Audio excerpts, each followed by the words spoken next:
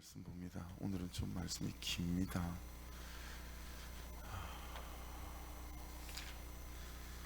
역대상 2장 18절부터 55절까지입니다. 역대상 2장 18절부터 55절까지. 헤스론의 아들 갈렙이 그의 아내 아스바와 여리옷에게서 아들을 낳았으니 그가 낳은 아들들은 이셀과 소박과 아르돈이며, 아스바가 죽은 후에 갈렙이 또 에브라스에게 장가들었더니 에브라스 그에게 홀을 낳아주었고, 홀은 우리를 낳고 우리는 버살레를 낳았더라. 그 후에 헤스론이 60세 길라스의 아버지 마길의 딸에게 장가들어 동침하였더니 그가 수굽을 헤스론에게 낳아주었으며, 수굽은 야일을 낳았고 야일은 길라앗 땅에서 23성읍을 가졌더니 그술과 아람이 야일의 성읍들과 그낫과 그에 딸린 성읍들 모두 60을 그들에게서 빼앗았으며, 이들은 다 길라앗의 아버지 마길의 자손이었더라. 헤스론이 갈렙 에브라다에서 죽은 후에 그의 아내 아비야가 그로 말미암아 아솔을 낳았으니 아솔은 두고아의 아버지더라. 헤스론의 맏아들 요라무엘의 아들은 맏아들람과 그 다음 분하와 오렌과 오셈과 아히야이며, 요라무엘이 다른 아내가 있었으니 이름은 아다라라. 그는 오남의 어머니더라. 요라무엘의 맏아들 람의 아들은 마하스와 야민과 에겔이요, 오남의 아들들은 삼메와 야다요, 삼메 아들은 나답과 아비술이며 아비술의 아내 이름은 아비하일이라. 아비하일이 아반과 몰리스를 그에게 낳아주었으며, 나답의 아들들은 셀렛과 아빠임이라. 셀렛은 아들이 없이 죽었고 아빠임의 아들은 이시요, 이시의 아들은 세산이요, 세산의 아들은 알레요. 삼메 아우 야다의 아들들은 예들과 요나단이라. 예들은 아들이 없이 죽었고 요나단의 아들들은 벨렉과 사사라. 요라멜의 자손은 이러하며 세산은 아들이 없고 딸뿐이라.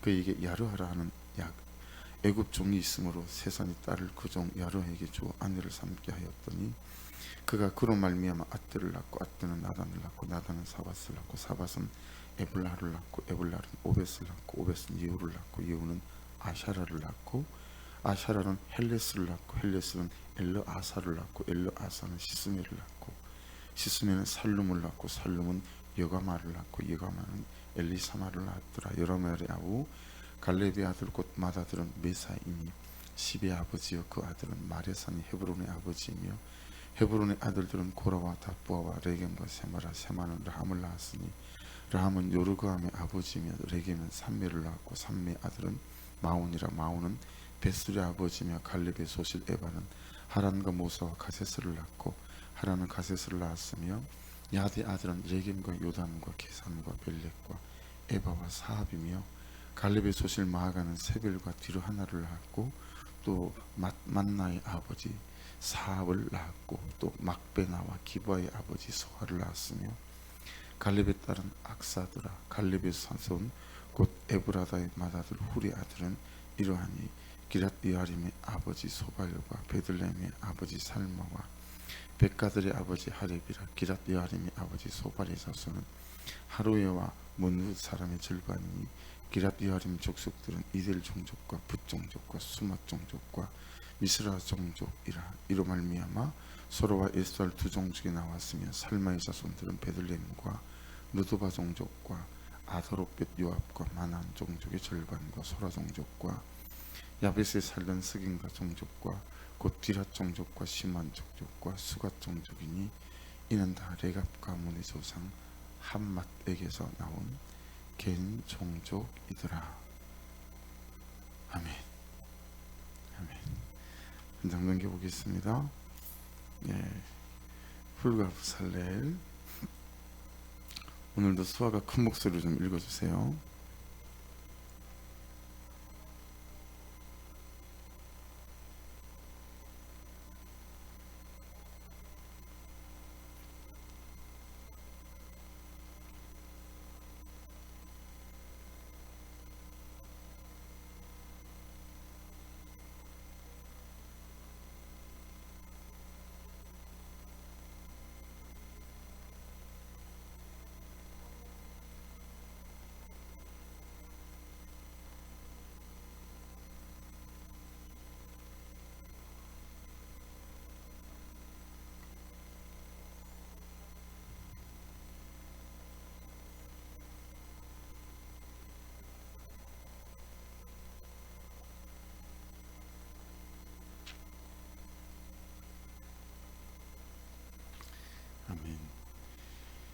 아, 어젯밤에 이 말씀을 묵상을 할 때 어제 그 사건이 있어서 그런지 누가 떠올랐냐면 박지선 개고문이 떠올랐어요. 고려대 출신이고 열심히 살았던 자매고 이런저런 학생들과 사회인들 대상으로 강의도 많이 했던 자매이고 유독 밝았던 자매이고 그 자매가 했던 말 중에 제가 굉장히 이렇게 마음에 담아두고 있는 말이 있었어요. 그게 어떤 거냐면 나는 다시 태어나도 박지선으로 태어나고 싶습니다 라는 말이었었어요. 왜냐하면 이 자매가 피부병이 되게 심했고 병원에서 오진했어요. 그래서 피부를 총벗겨내는 걸 3번 정도 수술을 했다고 하는데 이제 이게 잘못되어져서 햇빛을 쏘이면 안 되는 그런 이제 삶을 살아야 했었어요. 그럼 학교를 다닐 때도 뭐 1년씩 학교를 못 가야 되는 상황들도 있고 굉장히 다른 사람보다는 힘들고 어려운 삶을 살았던 거죠. 그럼에도 불구하고 되게 밝았고 주변에서 이 자매가 자살했다는 사실을 이렇게 받아들일 수 없을 만한 그런 의지가 또 용기가 있었던 자매였었다라고 하는 거죠. 그런데 그 속 사정을 다 알지는 못하지만 그런 사람이 결국 자기 삶을 자기가 자기 손으로 거두었다는 사실이 그분을 알지도 못하지만 상당히 제게 낙심이 좀 됐던 그러고 난 다음에 이제 이 말씀을 묵상을 하면서 그 자매가 생각이 났어요. 여러분 본문에 보시면 헤스론 가문이 나오죠. 이 헤스론은 할아버지가 유다예요. 그리고 아버지가 이 시아버지 유다와 그리고 며느리 다말 사이에 태어난 베레스가 이 헤레스의 아버지예요. 여러분 요즘에도 그랬겠지만 그 당대에 시골 촌락으로 이렇게 모여 살고 특별히 이스라엘은 완전히 혈통으로 뭉쳐진 그런 시대 아니겠어요? 그런데 얼마나 말이 많았겠어요? 얼마나 뒷말이 많고 수치스러웠겠어요, 여러분, 그죠? 근데 그의 가문 가운데 훌과 부살레를 보십시오. 훌은 이제 부살레의 할아버지죠. 그리고 훌의 입장에서 볼 때 부살레는 손자가 되는 거죠. 근데 여러분 훌은 이런 인생으로 하나님께서 역전시켜요. 어젯밤에는 이걸 페이퍼로 좀 말씀을 해서 나누어 줬었는데 8시 반에는 그때에 출애기 17장에 나오는 말씀입니다. 8절로 12절에 나오는 말씀인데요. 그때 아말렉이 와서 이스라엘과 르비딤에서 싸우니라.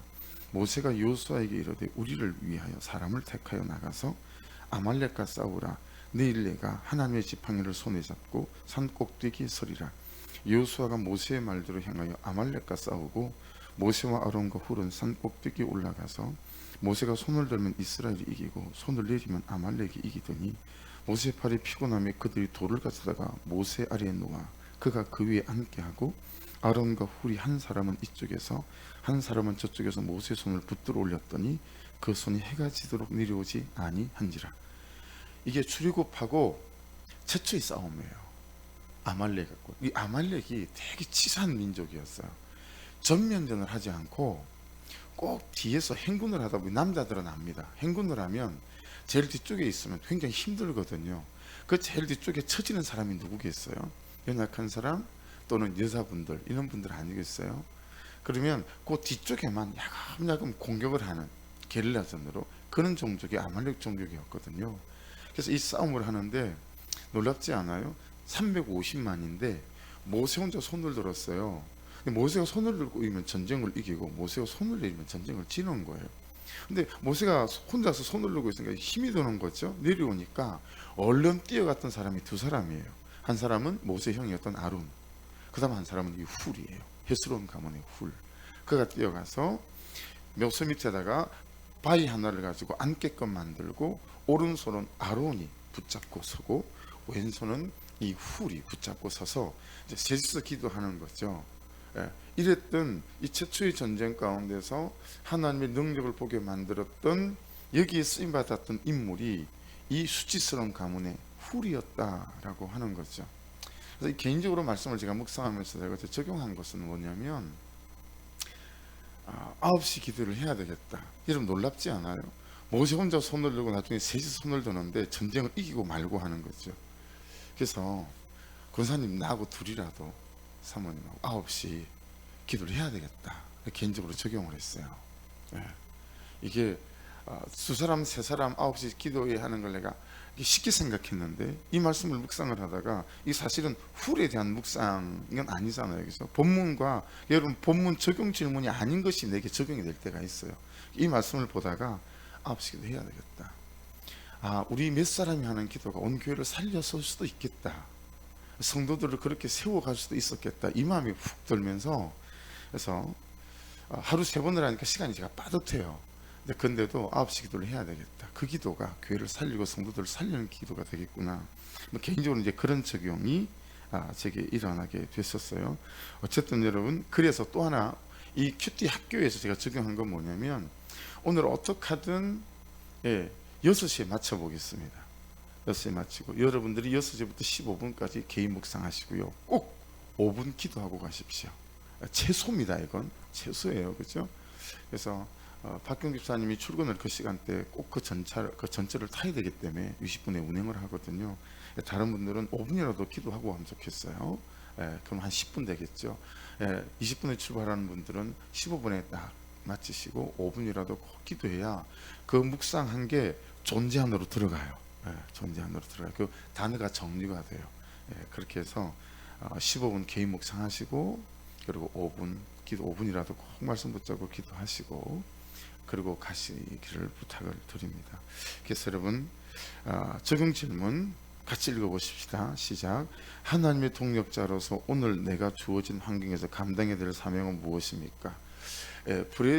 지금 여기 있는 훌과 버살렐 읽어드릴게요. 출애굽기 31장 버살렐은 되게 많이 나와요. 여러 번 나오는데 한 군데만 읽어드릴게요. 출애굽기 31장 1절로 5절까지인데요. 여호와께서 모세에게 말씀하여 이르시되 내가 유다 지파 훌의 손자요 우리의 아들인 버살렐을 지명하여 부르고 하나님의 영을 그에게 충만하게 하여 지혜와 총명과 지식과 여러 가지 재주로 정교한 일을 연구하여 금과 은과 누수로 만들게 하며 보석을 깎아 물리며 여러 가지 기술로 나무를 새겨 만들게 하리라. 자, 수치와 부끄러움과 연결해서 버살렐을 연결시켜 보십시오. 뭐라고 말씀하시냐면 2절에 버살렐을 지명하여 부르고 그랬어요. 지명하여 불렀대요. 하나님이. 여러분, 우리가 예수 그리스도를 믿고 있잖아요. 다시 말씀드리지만 내가 예수를 선택한 것이 아니라 하나님이 여러분과 저를 선택해 주셨습니다. 할렐루야. 거기다 우리를 지명해 불러 주셨습니다. 아멘이시죠? 거기다가 하나님의 영을 3절에 그에게 충만하게 하여 지혜와 총명과 지식과 여러 가지 재주로 여러분 지금 나한테 내가 갖고 있는 것은 말을 잘하든 건강하든 그리고 다른 사람보다 대인관계를 잘하든 그건 전부 다 하나님께서 주신 것입니다. 할렐루야. 그걸 하나님이 주신 것이라고 믿고 잘 쓰시기를 주의 이름으로 축복합니다. 저는 예창 집사님 같은 경우에 사람들을 처음에 사귈 때 되게 잘 사귀는 것 같아요. 그래서 참 탁월한 재주다. 또 원전 집사님 같은 경우 같이 일을 해보게 되면 정말 정교하세요. 정말 정교하게 일을 잘 하시거든요. 그런 것들을 또 보면서는 참 탁월하다 이런 생각을 제가 많이 했었어요. 같이 이제 많이 있어 봤으니까. 그러니까 여러분 이걸 어제 보면서 맞다 그 생각이 정말 들었어요. 여러분에게 다른 사람보다 여기는 또 성실하게 어떻게 수십 년을 저 새벽 6시 20분에 전철을 타고 그리고 2시간을 가고 2시간을 퇴근을 할까? 그런 분이 있어요. 우리 중에. 그 꾸준함 이거 아무한테나 주시는 게 아니라는 거죠. 여러분 뭐라도 내가 갖고 있는 거는 하나님께서 주신 것입니다. 아멘. 그걸 여러분 내 수치를 벗겨내라고 주신 것이고 아멘 하십시다. 하나님께서 우리를 성립케 하시라고 주신 하나하나의 하나님이 주신 지명하여 부르시고 주신 은사 능력인 줄로 믿습니다. 그거 잘 쓰시면 모든 수치를 벗겨내고 이기는 승리하는 인생이 될 줄 믿습니다. 그래서 하나님의 동력자로 그렇게 세우시는 거죠. 하나님의 동력자로서 오늘 내가 주어진 환경을 감당해야 될 사명은 무엇입니까? 여기에 잘 좀 질문해보고 대답해 주시길 바랍니다. 조영승 집사님 두 번째 단락 본문 해설 읽어주세요. 큰 목소리로. 더 커야 돼요. 목소리 더 크게 해주세요.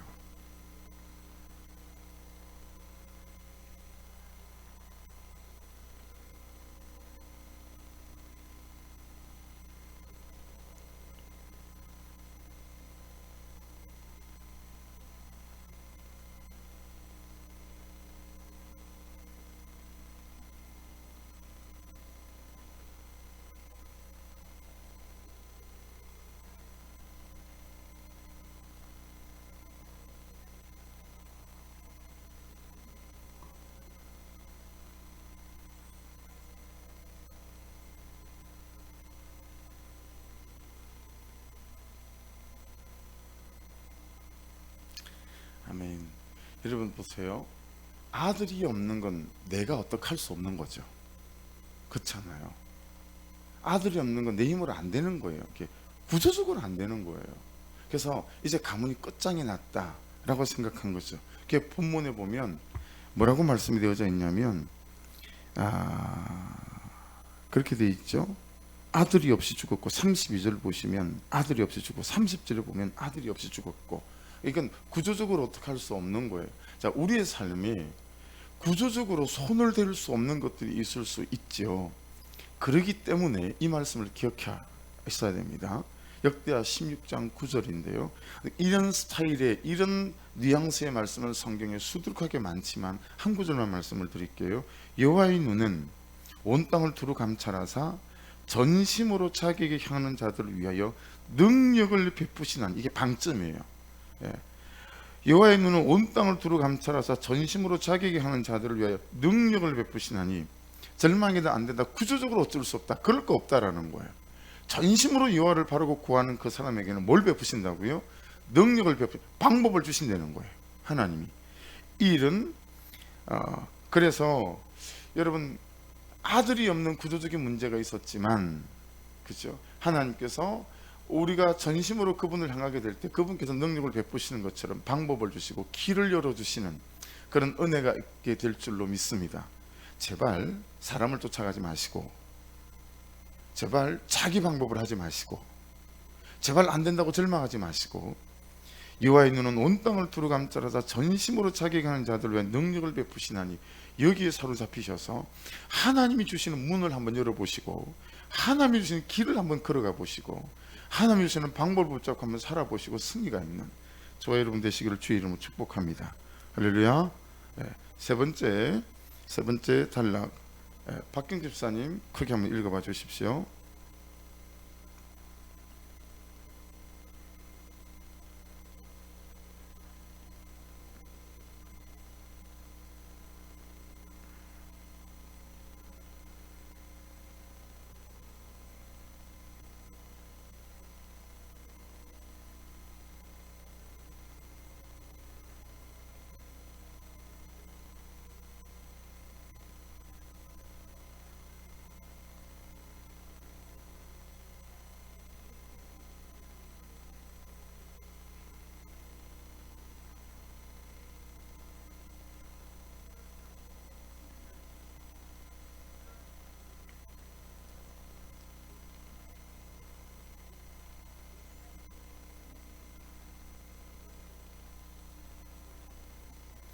두 번째 적용 질문을 안 읽었죠. 하나님을 못 믿고 내 생각에 빠져 불평하는 나의 부족함은 무엇입니까? 그 말씀이란 역대하 16장 9절이랑 딱 들어맞죠. 여호와의 눈은 온 땅을 두루 감찰하사 전심으로 자기에게 하는 자들을, 전심으로 하나님께 좀 향해 보셔야 됩니다. 저도 여러분들도. 자, 레각 가문이 나오죠.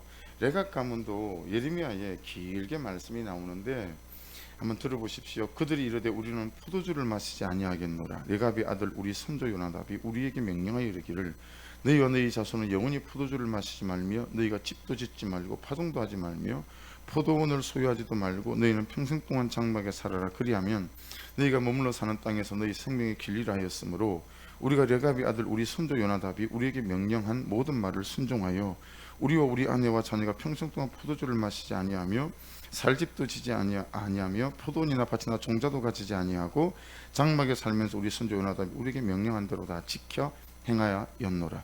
이 사람들이 특별한 삶을 살지 않았고 주신 말씀대로 그냥 그 말씀 안에서 집도 짓지 않고 장막 속에서 그런 평범한 삶, 막 어떤 것이 되려고 하는 시도도 하지 않고, 근데 거룩한 삶을, 여러분 어떤 학자들은 800년을 이렇게 살았다고 말하는 학자가 있고 어떤 학자는 300년 정도 된다라고 말하는 사람들도 있습니다. 여러분 이게 300년이 아니라 100년이 쉽겠어요. 이게 50년이 쉽겠어요. 그렇죠? 이들이 그런 삶을 살았다라고 말씀하고 있는 거예요. 그러니까 여러분 잘 보십시오. 우리는 어디서 고장이 나냐면 뭐가 되려고 하고 그리고 뭘 가지려고 하고 여기서부터 고장이 나죠. 왜 그럴까요? 비교가 되기 때문에 그렇습니다. 올라간 사람, 가진 사람과 내가 비교가 되죠. 비교가 되면 반드시 나오는 게 뭐죠? 교만과 열등감입니다. 그보다 내가 더 가졌다 싶으면 교만이 되고, 그리고 그보다 내가 좀 부족하다 싶으면 열등감이 생기죠. 여기가 인생의 고장이 생기는 딱 그 지점이거든요. 그래서 여러분 구속사적인 관점에서 기억하십시오. 남자인 것도 부르심이에요. 여자인 것도 부르심이에요. 남편도 부르심이에요.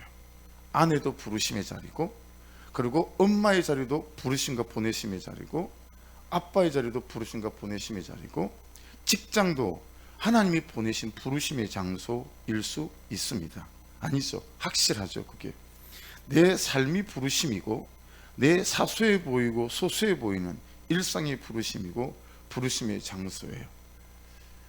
혜림이는 8시 어른의 시간에 나와요, 밤에. 그러니까 어른 교제를 가지고 하니까 안타까워서 어제부터 이제 하고 난 다음에 혜림이를 따로 제 방으로 데리고 들어가서 따로 제가 다시 혜림이하고 퀴즈를 다시 하거든요. 1대1로. 그래 하는데, 야 혜림아, 너 지금 뭐지? 너 지금 가장 중요한 게 학생이죠. 야, 학생의 부르심은 뭘까? 공부 아니겠어요? 그렇지, 공부 열심히 해야 되는 거 아니겠어? 근데 목사님은 공부를 놔버렸어요. 이렇게. 제가 태권도는 열심히 해요. 잘해요. 태권도 벌써 3단이거든요, 혜림이가. 그래서 야, 공부도 좀 해야 되는 거 아닐까? 뭐 이렇게 이제 나눴어요. 그러니까 여러분, 학생은 부르심이 학생이죠. 우리가 있는 역할들이 다 우리의 부르심의 장소고 보내심의 장소예요. 그래서 여러분, 다윗을 보세요. 다윗은 양측일 때도 부르심이고 왕일 때도 부르심이에요. 근데 우리는 왕만 부르심이라고 생각하고 그것만 보고 달려가요. 아니에요. 지금 내 삶이 부르심의 장소고 보내심의 장소인 줄로 믿습니다. 그럼 요셉 보세요. 요셉은 종일 때도 부르심으로 살았고 국무총리가 됐을 때도 부르심으로 살았어요. 그렇죠? 그러니까 여러분, 우리의 평범한 일상, 이 속에서 부르심과 보내심인 줄 알고 이 삶을 잘 예수 안에서 살아가는 저와 여러분 될 수 있기를 주의 이름으로 축복합니다. 우리의 삶의 실패 이유, 상처받는 이유, 조급한 이유, 싸우는 이유, 낙심하는 이유 다 무엇이 되기 위해 살기 때문이거든요. 아니에요. 지금 여기를 하나님 안에서 살면 하나님께서 무엇이 되게 하십니다. 할렐루야. 그게 순서예요. 그래서 항상 기뻐하라 그러시고 쉬지 말고 기도하라 그러시고 범사에 감사하라, 이렇게 말씀하시는 줄로 믿습니다. 이 세 번째 적용 질문 같이 읽으십시다. 시작. 평범한 일상을 살기보다 특별한 성취를 추구하느라 스스로를 괴롭히고 있지는 않습니까? 여기까지입니다.